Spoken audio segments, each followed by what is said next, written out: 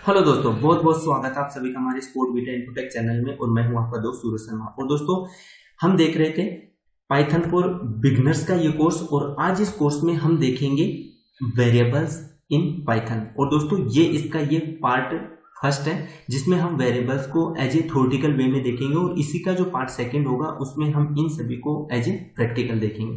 तो चलिए दोस्तों, पहले ये देखते हैं कि आज की इस वीडियो में हम क्या क्या कवर करने वाले हैं। तो सबसे पहले हम देखेंगे आइडेंटिफायर्स की, आइडेंटिफायर क्या होते हैं। फिर इसके बाद देखेंगे व्हाट इज वेरिएबल, वेरिएबल्स क्या होते हैं। फिर इसके बाद देखेंगे वेरिएबल को कैसे डिक्लेयर किया जाता है। फिर इसके कुछ नेमिंग रूल्स हैं जिनके बारे में हम जानेंगे। तो दोस्तों, सबसे पहले हम देखते हैं आइडेंटिफायर्स क्या होते हैं। दोस्तों, जो प्रोग्राम के अंदर जो सबसे छोटी यूनिट है उसी को ही बोलते हैं हम आइडेंटिफायर्स। और आइडेंटिफायर्स के कुछ यहाँ पर एग्जाम्पल है, जैसे कि variables, data types, labels, functions, packages and so on. दोस्तों, ये सब हैं जो आइडेंटिफायर के एग्जाम्पल हैं, और आज हम देखेंगे वेरिएबल्स के बारे में। तो चलिए दोस्तों, शुरू करते हैं। दोस्तों, सबसे पहले मैं आपको बता दूं कि वेरिएबल्स के बारे में हम जानने से पहले इसके पीछे के जो कुछ लॉजिक हैं उनको हम देख लेते हैं कि वेरिएबल्स की नीड हमारे को क्यों है, हम वेरिएबल्स क्यों बनाते हैं। तो इसके बारे में हम जान लेते हैं। तो हम एक एग्जाम्पल के थ्रू इसको मैं आपके सामने एक्सप्लेन करूंगा, तो समझने की कोशिश कीजिएगा। जैसे कि दोस्तों, हम एक प्रोग्राम बनाते हैं। अब यहाँ पर प्रोग्राम क्या होता है, प्रोग्राम होता है सेट ऑफ इंस्ट्रक्शन। अब हमारे सामने एक और क्वेश्चन आता है कि हम ये जो प्रोग्राम बनाते हैं ये बनाते क्यों हैं। तो प्रोग्राम हम इसलिए बनाते हैं दोस्तों ताकि डेटा की प्रोसेसिंग कर सके। अब यहाँ पर डेटा प्रोसेसिंग क्या होती है दोस्तों, अब मैं कुछ एग्जांपल के थ्रू बताऊं तो कुछ डेटा है जैसे 6 और 7, और हम ये चाहते हैं कि इस डेटा की प्रोसेसिंग करके हम कुछ रिजल्ट निकालें। जैसे कि यहाँ पर मैंने लिया एक 6 और एक लिया मैंने 7। अब मैं ऐसी कुछ प्रोसेसिंग करता हूँ और जिसका एक रिजल्ट मिलता है मेरे को 13, यानी कि इसका कुछ प्रोसेसिंग हुई। तो हमने कुछ तो ऐसा किया है जिसमें ये डेटा गया है और ये 13 आ गया है, और इसी को हम कहते हैं डेटा प्रोसेसिंग। जो ये काम हुआ है, जो डेटा इट मीन्स जो डेटा के ऊपर जो काम हुआ है, इसी को ही बोलते हैं हम डेटा प्रोसेसिंग। इट मीन्स जो 13 रिजल्ट आया है। अब जो ये डेटा है इसको हम प्रोसेस करना चाहते हैं, और इसके लिए हम मेमोरी में कहीं पर इनको पहले स्टोर करना चाहते हैं। तो दोस्तों, अब जैसे कि सपोज मान लो एक हम प्रोग्राम बना रहे हैं, एक प्रोग्राम फाइल बना रहे हैं। जैसे कि मैं यहाँ पर एक प्रोग्राम फाइल बनाता हूँ। अब ये प्रोग्राम फाइल जो मैं बनाया हूँ इसके अंदर मैं क्या करता हूँ, कुछ सेट ऑफ इंस्ट्रक्शन है। सेट ऑफ इंस्ट्रक्शन क्या है कि जैसे आपको बताया, जैसे अगर मान लो सपोज एलसीएम निकालना है या फिर आपको एवरेज निकालना है, जो भी आपको कुछ भी करना है, जैसे फैक्टोरियल निकालना है, तो उनके इंस्ट्रक्शन इसमें सेट कर रखे हैं हम पहले से ही। तो इसको बोलते हैं प्रोग्राम फाइल। अब ये जो प्रोग्राम फाइल है, इस फाइल को हमने सेकेंडरी मेमोरी के अंदर स्टोर कर दिया। सेकेंडरी मेमोरी मीन्स ये है कि इसको परमानेंट हमने कर दिया स्टोर।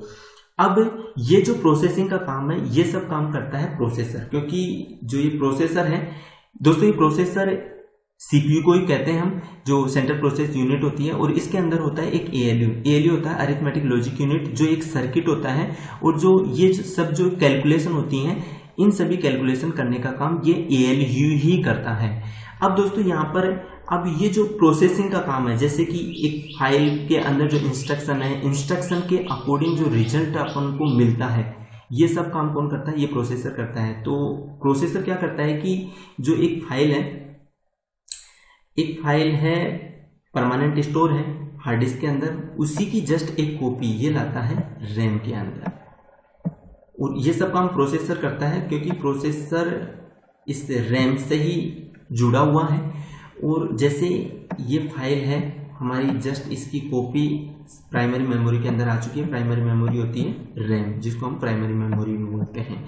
इसी की जस्ट कॉपी यह आ चुकी है रैम के अंदर। अब दोस्तों, अब हमारे को ये तो पता है कि जो इंस्ट्रक्शन है, जैसे ऐड करना है तो ऐड के इंस्ट्रक्शन है, एलसीएम निकालना तो एलसीएम के इंस्ट्रक्शन है, एवरेज निकालना तो एवरेज के इंस्ट्रक्शन है।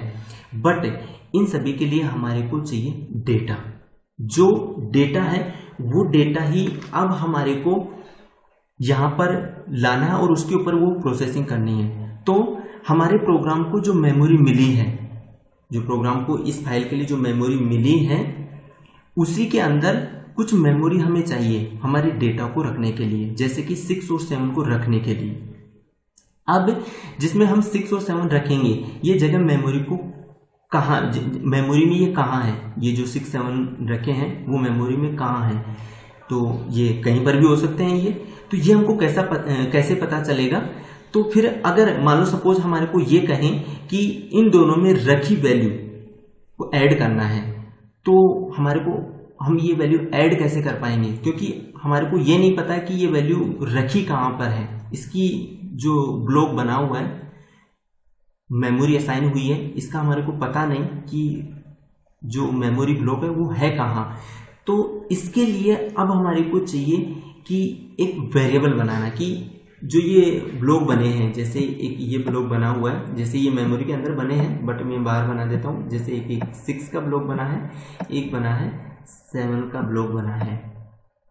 अब ये जो 6 और 7 के ब्लॉक बने हैं, अब हम क्या कर देते हैं कि इनके नेम दे देते हैं। जैसे एक का इसका नेम दे दिया मैंने ए और इसका नेम दे दिया मैंने बी। अब इसी को ही बोलते हैं हम वेरिएबल। तो दोस्तों वेरिएबल क्या होता है, वेरिएबल एक वो जरिया है जो हमारे जो नंबर है या फिर कुछ डेटा है, वो डेटा कहाँ स्टोर है, किस मेमोरी लोकेशन में कहाँ पर है, कौन से वाले ब्लॉक में है, तो उस ब्लॉक का हम कुछ एक नेम दे देते हैं।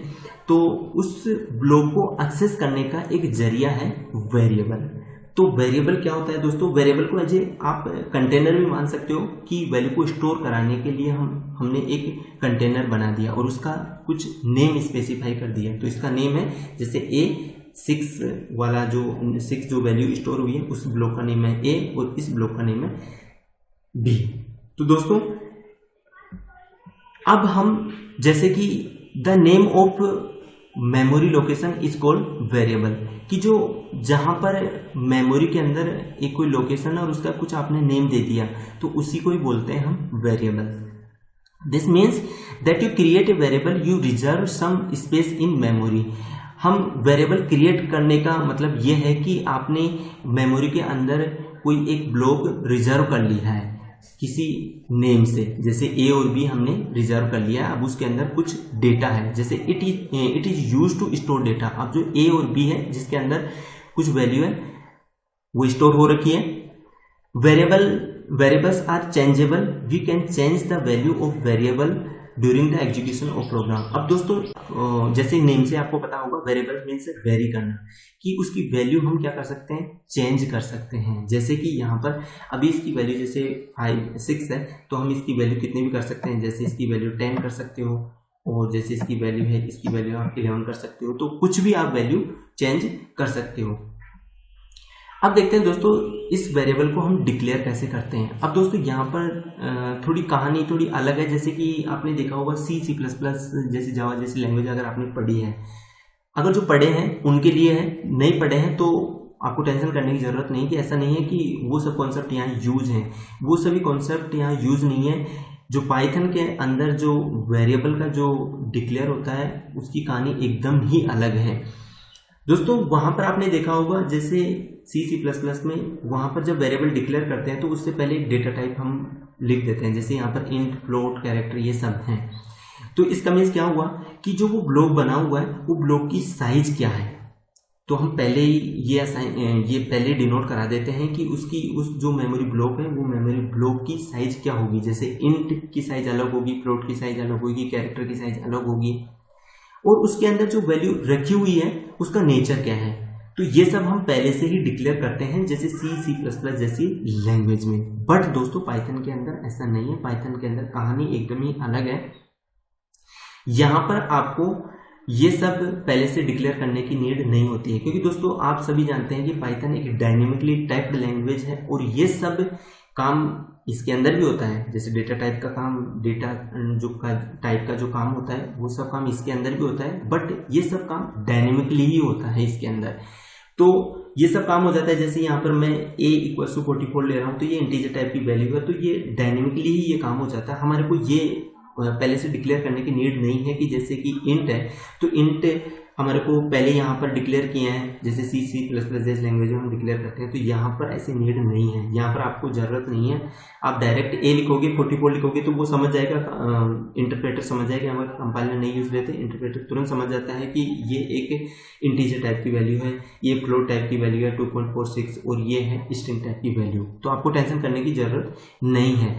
तो यहाँ पर जो डिक्लेयर करने का, जो वेरिएबल डिक्लेयर करने का जो कॉन्सेप्ट है, ये एकदम ही अलग है पाइथन के अंदर और बहुत इजी भी है, जिसको हम आगे एक प्रैक्टिकल वे में देखेंगे। तो चलिए दोस्तों, अब देखते हैं हम इसके कुछ नेमिंग रूल्स हैं, जैसे कि first character of the variable must be an alphabet and underscore. ऐसा है दोस्तों कि जैसे कोई वेरिएबल आप डिक्लेयर कर रहे हो तो डिक्लेयर करते टाइम आपको ऐसा नहीं है कि जैसे ए है आपने डिक्लेयर किया है तो या तो वो अल्फाबेट होना चाहिए जो है, या फिर यहाँ पर ऐसा अंडरस्कोर होना चाहिए ऐसा।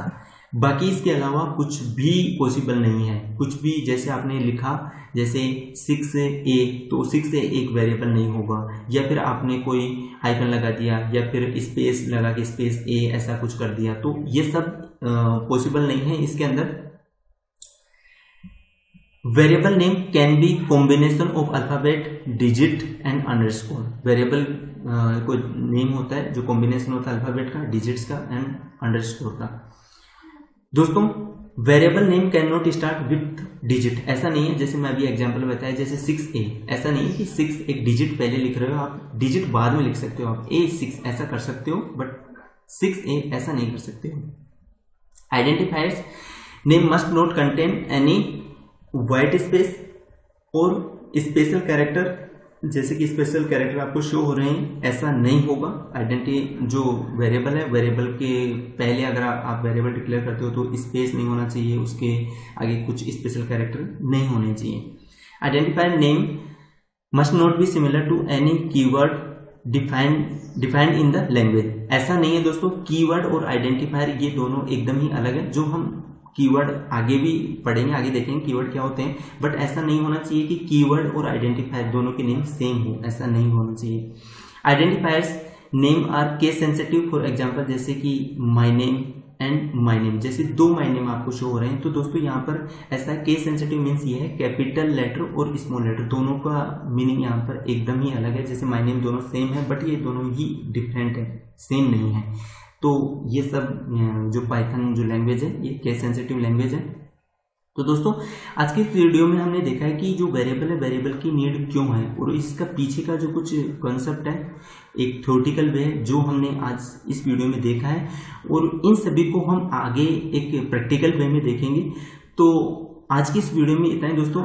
तो दोस्तों, मैं उम्मीद करता हूं कि आपको ये वीडियो बहुत पसंद आएगा। अगर आपको ये पसंद आए तो इसको लाइक कीजिए। अगर आपको लगता है कि आपके फ्रेंड की मदद कर सकता है तो उन तक भी ये शेयर कीजिए। तो आज के इस वीडियो में इतना ही दोस्तों, थैंक यू।